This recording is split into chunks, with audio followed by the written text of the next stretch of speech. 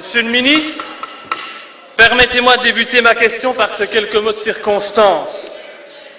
Congolais, Congolaises, combattants de l'indépendance, nous avons connu les ironies, les insultes, Madame Lallieu, les coups que nous devons subir matin, midi et soir parce que nous étions des nègres. Nous avons connu que la loi n'était jamais la même selon qu'il s'agissait d'un blanc ou d'un noir. Qui oubliera les fusillades où périrent tant de nos frères, ou les cachots où furent brutalement jetés ceux qui ne voulaient pas se soumettre à un régime d'injustice, d'oppression et d'exploitation. Ce discours, Monsieur le ministre, vous l'avez reconnu, c'est le discours de M. Lumumba en 1960 lors de l'indépendance du Congo. Et pour avoir osé dire cette vérité, il sera assassiné et tout laisse à croire que notre pays a sa part de responsabilité. Il avait pourtant raison, M. Lumumba. Et je regrette aujourd'hui, excusez-moi de parler fort, mais puisque le clan PS ne fait que parler, et je regrette aujourd'hui, Monsieur le ministre, d'être le seul à réclamer des excuses de la part de la Belgique pour les crimes et les méfaits commis durant la colonisation, pour l'esclavagisme et la torture. Le pire, M. Renders, c'est que depuis 1960, en fait, rien n'a changé. Le Congo est toujours une colonie belge, une colonie de la communauté internationale. L'injustice y est toujours omniprésente et les opposants sont toujours opprimés par le pouvoir en place. Notre pays, lui, continue, par votre voix, par celle de M. Di Rupo, à honteusement soutenir un président fantoche qui a été placé à cette fonction par le grand Manitou du MR, votre ami, même si je ne sais que ce n'est pas le cas, Louis Michel, qui aura fait fortune sur le dos de la misère du peuple congolais.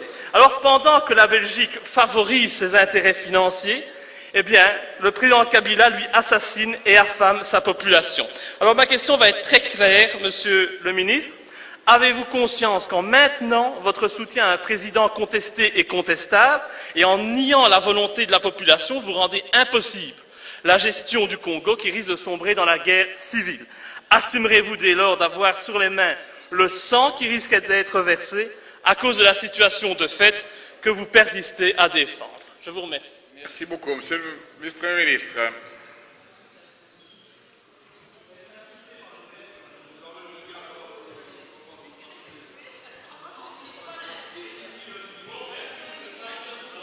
La parole est au vice-premier ministre et ministre des Affaires étrangères. Merci, Monsieur le Président. Je ne veux pas revenir sur les différents commentaires de Monsieur Louis, simplement vous confirmer que nous suivons le processus au Congo de manière très assidue en fonction de la demande que nous avons formulée de voir s'améliorer le processus de compilation des résultats à l'occasion des élections législatives. Pour le reste, je rappellerai simplement deux ou trois choses pour Monsieur Louis. La première, c'est que je dois quand même lui confirmer que le Congo est bien indépendant. La décision est tombée déjà il y a quelque temps, Monsieur Louis.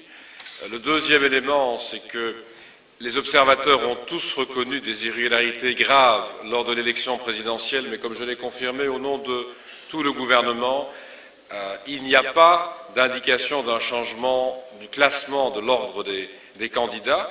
Et trois, c'est la raison pour laquelle le Premier ministre a tenu, comme je l'avais fait déjà, à féliciter l'ensemble des forces congolaises, je le rappelle, pour leur participation au processus électoral et a tenu également à signaler au président Kabila que nous souhaitions poursuivre nos travaux en faveur de la population congolaise. Pour le reste, il n'y a aucun soutien en particulier à un régime ou à un autre.